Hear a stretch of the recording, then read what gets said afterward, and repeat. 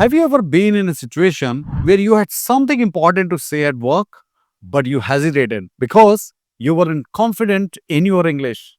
Maybe you wanted to speak up in a meeting, introduce yourself to a senior manager, or even just have a smooth conversation with your colleagues.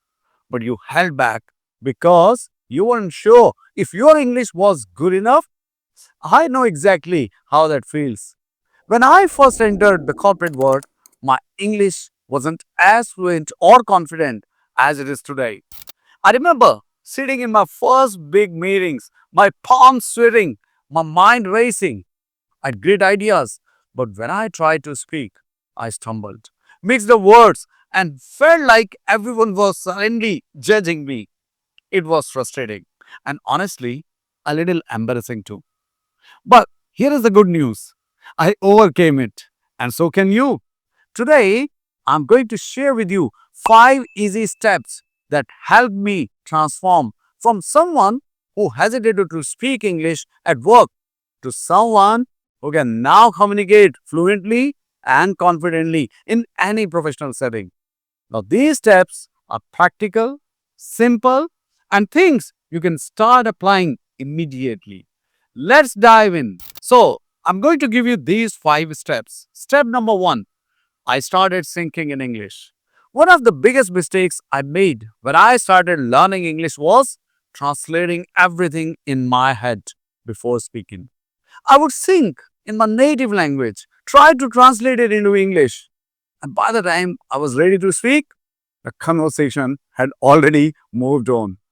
Now, the key is to start thinking in English. Here's how I trained my brain to do that. I describe my daily activities in English in my head.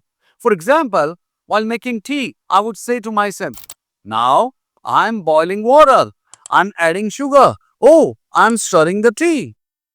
I started talking to myself in English whenever I was alone. Yes, it sounds a bit funny, but it really helped. I switched everything, my daily to do list, my weekly plan, to English. At first, it felt unnatural, but within a few weeks, my brain started adapting. And when I stopped translating, my sentences became smoother and more natural. My step number 2 was that I expanded my vocabulary the smart way. When I was struggling with English at work, I thought the solution was to memorize a lot of complicated words. But the truth is, you don't need a big vocabulary collection. You need a useful vocab collection. And here's what I did. I made a list of workplace phrases and expressions that were used frequently in meetings, emails, and presentations. Now, instead of just learning these words, I learned them in context. I created my own word bank. Yes, that was a small notebook actually, where I wrote down new words I heard at work along with example sentences. I would revise them every evening. I started using synonyms to sound more professional. Instead of always saying, I think, I learned to say, in my opinion, or from my perspective. Now remember, small changes like these made a huge impact on how I express myself at work. Step number 3 is I improved my pronunciation and clarity. Have you ever said something in English and someone asks you to repeat it? It can be frustrating, right? Now, that used to happen to me all the time. I realized that fluency isn't just about knowing words, it's about how clearly you say them.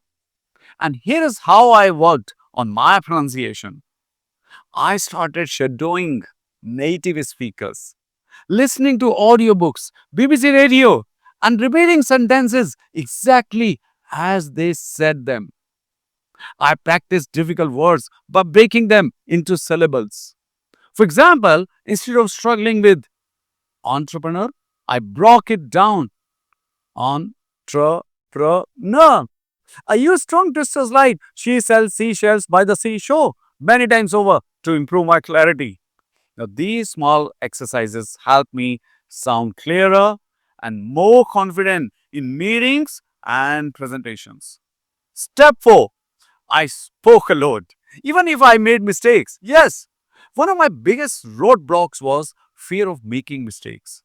I was so worried about grammar, pronunciation, and whether people would judge me that I avoided speaking altogether. But here is what I learned: fluency comes from speaking, not from being perfect. So I made a rule for myself.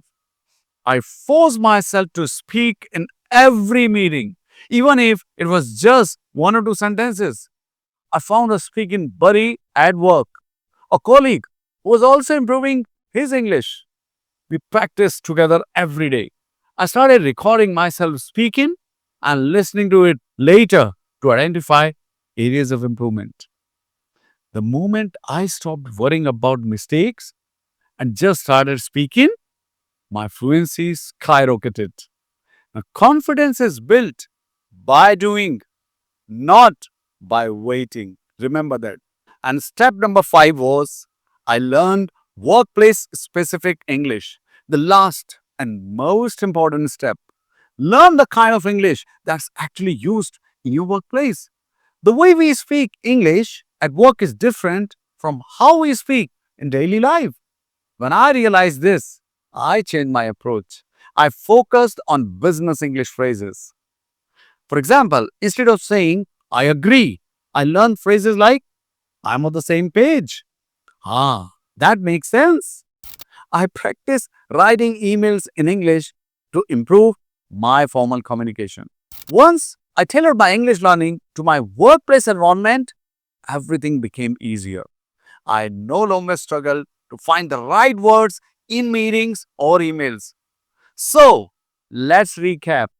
If you want to speak fluently and confidently in English at your workplace, follow these 5 steps. Number 1, think in English. Stop translating and start forming sentences in English naturally. Number 2, expand your vocabulary smartly. Focus on workplace words and phrases that you actually need. Number 3, improve your pronunciation. Work on clarity. Listen to native speakers and practice out loud. Number 4, speak more even if you make mistakes. Confidence comes from action, not perfection. Number 5, learn workplace specific English. Adapt your English to the professional world and use business friendly phrases. And remember, fluency doesn't happen overnight, but if you practice consistently, you'll see results. I've been in your shoes, and if I can do it, so can you. With that said, thanks for watching. Share the video if you think it helped you some way. See you in my next session.